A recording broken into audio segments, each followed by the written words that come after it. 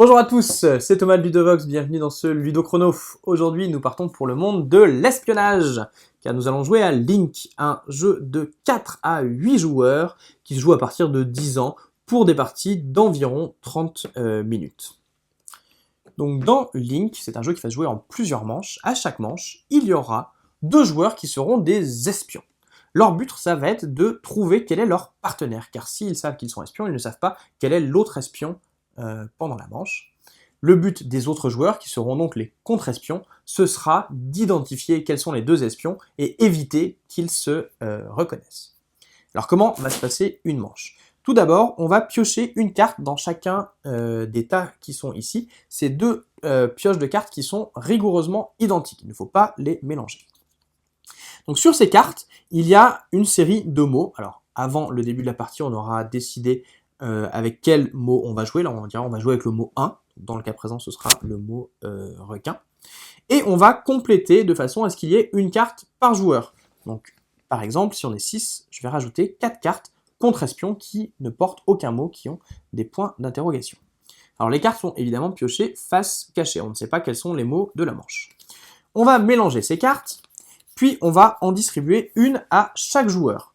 Ce qui va donc indiquer à chaque joueur quel est le rôle qu'il aura pour cette manche. S'il a une carte avec un point d'interrogation, il est un contre-espion.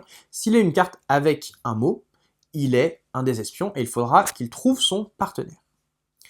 Donc on va jouer en 2 tours. À chaque tour, les joueurs vont dire un mot. Par exemple, le premier joueur peut dire caverne, le second peut dire poisson, le troisième peut dire chaise, lampe, financier et puis boîte.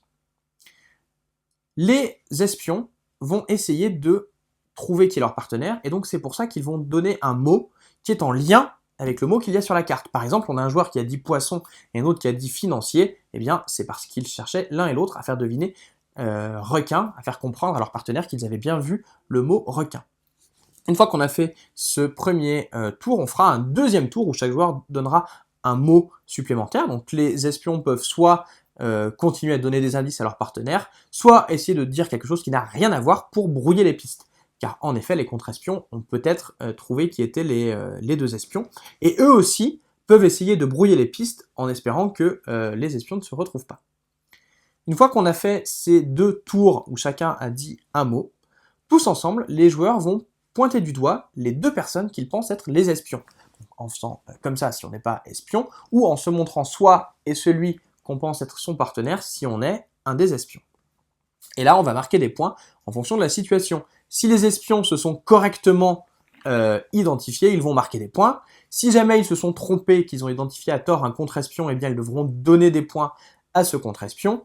Et les contre-espions, eux, marqueront des points si jamais ils identifient correctement les espions ou si les espions se trompent. Petit bonus de fin de manche, si jamais un contre-espion a correctement trouvé les 2 espions, il peut essayer de deviner quel était le mot qu'ils avaient en commun pour marquer encore plus de points. Une fois que ça c'est terminé, eh bien on recommence une nouvelle manche, il y aura autant de manches que de joueurs, et c'est à la fin de toutes ces manches, le joueur qui aura le plus de points qui aura bien sûr gagné la partie. C'est donc un jeu qui va se jouer différemment à chaque manche en fonction de si on est espion, où il faudra donner des indices qui soient évidents pour pouvoir trouver notre partenaire, mais pas trop évidents pour ne pas se faire démasquer. Et si on est contre-espion, eh bien ce sera l'inverse, il faudra être très attentif à ce qui se dit autour de la table pour identifier correctement les espions, et aussi essayer de semer la confusion de leur communication de façon à ce qu'ils ne se retrouvent pas. Voilà, vous savez presque tout sur Link, maintenant à vous de jouer.